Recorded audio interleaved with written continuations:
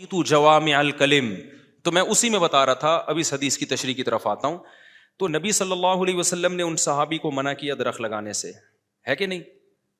اب اس سے پتہ چل رہا ہے بھائی اسلام آپ کو ترقی سے کیا کر رہا ہے؟ روک رہا ہے. لیکن یہاں بھی وہی ہے کہ ٹائم تھوڑا ہے، کام بہت زیادہ، تو کچھ مثالوں کے ذریعے اصول سمجھائے جا رہے ہیں. کیونکہ جب ایگزامپل کے ذریعے بات سمجھائی جاتی ہے تو تھوڑے ٹائم میں کھوپڑی میں بہت اچھی طرح سے بیٹھ جاتی ہے، وہ بہت اچھی طرح سے بیٹھ جاتی ہے. جیسے وہ نیوٹن کے سر پہ سیب گرا تھا، ایک مثال سامنے آ گئی، اس نے قانون بنا کے پیش کیا کہ دیکھو اگر وہ سیب کی مثال نہ ہوتی تو نیوٹن سمجھاتا رہتا، ہم کہتے ہیں ٹرائی کر کے دیکھتے ہیں، آپ لیٹے، ٹھیک ہے. تو مثال سے بات سمجھ میں آ جاتی ہے. تو یہاں بھی نبی نے ایک مثال دے دی. لیکن دوسری طرف حدیث میں کیا ہے؟ بخاری مسلم کی حدیث ہے، جس نے درخت لگایا جب تک چرند پرند بھی کھائیں گے، انسان تو دور کی بات بھائی، چرند پرند بھی کھائیں گے نا، تمہارے مرنے کے بعد بھی ثواب ملتا رہے گا. یہاں ترقی کے لیے ایسا موٹیویٹ کیا جا رہا ہے کہ یہ موٹیویشن گورے کے پاس بھی نہیں ہے. وہ تو آپ کو جو موٹیویٹ کرے گا وہ تو صرف اس دنیا کی حد تک کرے گا نا، کہے گا بھائی آپ درخت لگائیں، انوائرمنٹ صحیح ہوگا، آکسیجن لیول بڑھے گا، اور آپ چھاؤں میں، اور پھل آرگینک چیزیں، بھنڈی آرگینک وغیرہ وغیرہ، یہ سب بتا کے آپ کہو گے کب تک؟ کہے گا جب تک آپ 80 سال کے نہیں ہو جاتے. 75 ہر آدمی کی اپنی اپنی ایج ہے بھائی. اس کے بعد کیا ہوگا؟ اس کے بعد گئے، ختم، مٹی. پھر قوم کھائے گی تو قوم کھانے کا مجھے کیا ہوگا؟ کہہ رہے ہیں آپ کو نہیں ہوگا، قوم کو فائدہ ہوگا. آپ کے لگاؤ گے بھنڈی، آپ کھائے گی کون؟ مجھے پتہ چل جائے میں بھنڈی اس لیے لگا رہا ہوں کہ قوم کھائے گی تو میں تو لگاؤں نہیں بھنڈی بھائی. لگاؤں گا لیکن اتنی موٹیویشن نہیں رہے گی. کیا خیال ہے بھائی؟ وہ بات نہیں رہے گی یار. چلو دوسروں کے لیے بھی کرنا چاہیے کہ وہ موٹیویشن نہیں رہتی، وہ بات نہیں رہتی. تو پھر تو آپ بس اس دنیا کے لیے درخت لگاؤ گے اور اس کا بھی کوئی بھروسہ نہیں ہے. آپ کہو گے تبھی جو ہمیں انگریز ترقی کرتے ہیں وہ تو نظر آ رہے ہیں، جو نہیں کرتے نا وہ کہتے ہیں چھوڑو یار لائف کو انجوائے کرو، سٹا لگا کے مر جاؤ. وہ نظر نہیں آ رہے ہمیں. اسٹرگل بہت ہوتی ہے. ابھی میں جیسے اسلام آباد گیا، وہاں بڑی دنیا کے تاجر لوگ آئے ہوئے تھے. بڑا اچھا ایک پروگرام تھا جس میں انہوں نے موٹیویٹ کیا لوگوں کو، پیسہ کمانے کے طریقے بتائے. اچھی بات ہے، پاکستانیوں کو سکھاؤ پیسہ کمانے کا تاکہ ہم بھکاری پن سے نکلیں. لیکن وہاں ایک بات یہ بھی ہے، وہاں تو آپ سب وہ نظر آ رہے ہیں جو کامیابی جن کے قدم چوم رہی ہے، جنہوں نے یوٹیوب پہ چینل بنائے، ٹک ٹاک پہ اور اوپر چلے گئے. میں سوچ رہا ہوں ایک پروگرام ایسا بھی کروں، جنہوں نے 5 سال ہو گئے کہہ رہے ہیں ہمارا چینل اوپر جا ہی نہیں رہا. کل ایک بندہ آیا ملنے کے لیے، کہہ رہے میں نے اتنی محنت کی ہے چینل کو چلانے کی، اور اس میں کیا کیا کانٹینٹ. میں نے کہا آپ کا کانٹینٹ معیاری نہیں ہو. کہہ رہے ہیں سب کچھ کر کے دیکھ لیا.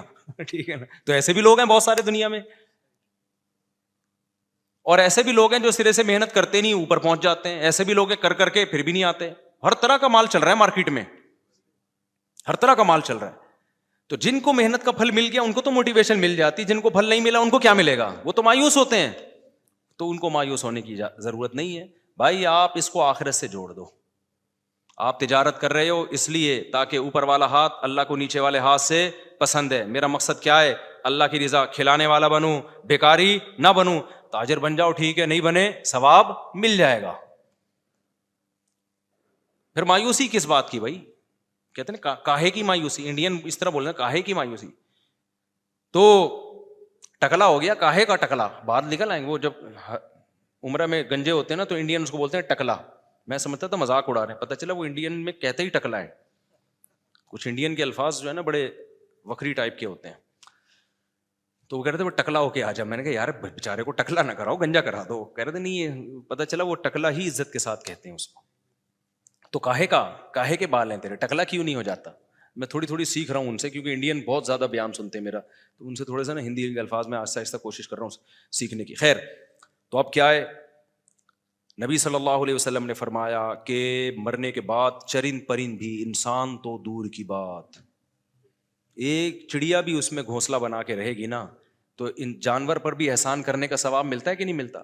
کتے کو پانی پلانے پر اللہ نے بخشش کی تھی، تو ایک پرندہ بھی دانہ کھائے گا، یہ بھی صدقے کا ثواب تمہیں ملے گا. تو یہاں ترقی کے لیے ایسی موٹیویشن مل رہی ہے ہمیں کہ غیر مسلم تو اس کا تصور بھی نہیں کر سکتا. اب غیر مسلم نے کیا کیا؟ پہلی قسم کی ترقی جس میں درخت سے منع کیا جا رہا تھا، نیت ٹھیک نہیں تھی ان کی، وہ دنیا کی ہوس کی وجہ سے ترقی کر رہے تھے، اور دوسری ترقی میں دنیا کی ہوس شامل نہیں تھی، اپنی اور انسانیت کی خدمت. دوسری ترقی کو پروموٹ کیا جا رہا ہے، پہلی والی ترقی کو کی حوصلہ شکنی کی جا رہی ہے. یہ فرق غیر مسلم کے پاس بولو نہیں ہے. تبھی وہ ڈپریشن میں جاتے ہیں. تبھی جب ان کو غلط طریقوں سے ترقیوں کا بھی موقع ملتا ہے تو بڑی بڑی قومیں دوسری غریب قوموں کا خون چوسنا شروع. جیسے کہ دنیا کے بڑے بڑے کنٹریز نے دیکھے نا، عراق کا خون چوسا، افغانستان کا خون چوسا. تو یہ کیا کہ یہ جو ابھی جو اسرائیل کر رہا ہے جو کچھ، یہ کیا انسانیت اس کی اجازت دیتی ہے؟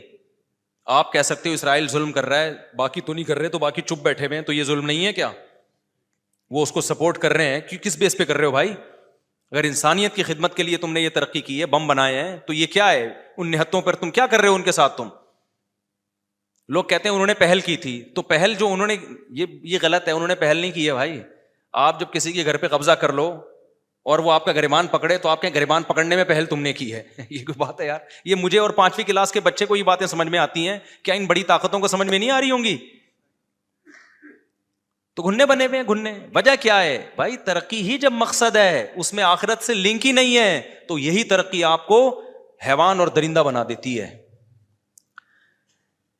تو اسلام قطعاً ترقی سے نہیں روکتا بھائی. اسلام اس ترقی کو کیا کرتا ہے کہ آپ کا ایک ویژن ہونا چاہیے، اور وہ ایک الٹیمیٹ ویژن کے ساتھ اس کا لنک ہونا چاہیے. وہ الٹیمیٹ ویژن ہے اللہ کی رضا. وہ لنک نہیں ہوگا تو یہی ترقی عذاب بن جائے گی.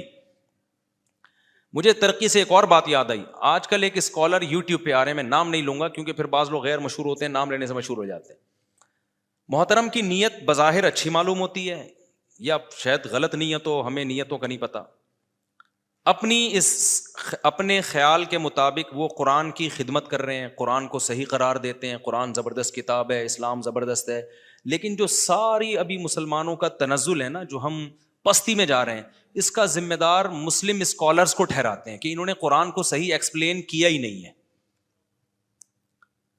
پھر وہ تاریخ سے جوڑتے ہیں کہ مسلمانوں میں اتنے بڑے بڑے سائنسدان پیدا ہوئے. پتہ ہے 400-500 سال ایسا عرصہ اس دنیا پہ گزرا ہے کہ ہر فیلڈ میں نام اگر تھا تو مسلم سائنٹسٹ کا، مسلم سائنٹسٹ کے علاوہ کسی اور کا نام ہی نہیں تھا. پوری دنیا اندھیروں میں ڈوبی ہوئی تھی. ہر جگہ مسلم سائنٹسٹ، مسلم کتابیں، ہماری یونیورسٹیاں. گورے بھیک مانگتے تھے ہمیں ایڈمیشن دے دو. یہ 500 سال تو بالکل عروج کا دور ہے، لیکن یہ بھی کم بیان کیا جاتا ہے. اندلس کی حکومت الگ تھی، بغداد کی جو رصد گاہیں بنی تھیں، پورا بہت ساری ٹرمز استعمال ہوتی ہیں ابھی تک. اب تنزل کیسے آیا؟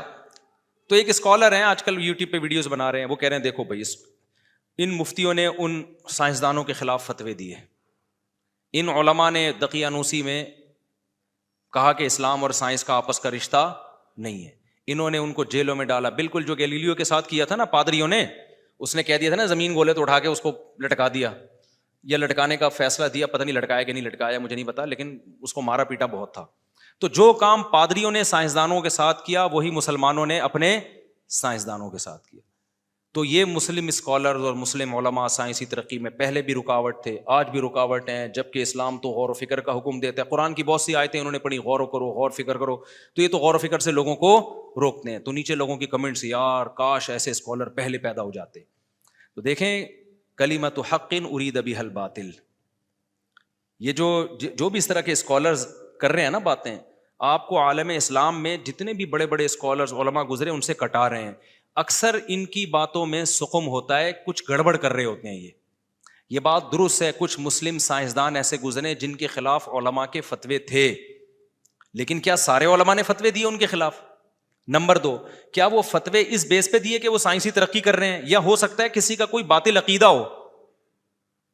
میں اس کی آسان مثال دیتا ہوں آپ کو موجودہ زمانے کے لحاظ سے.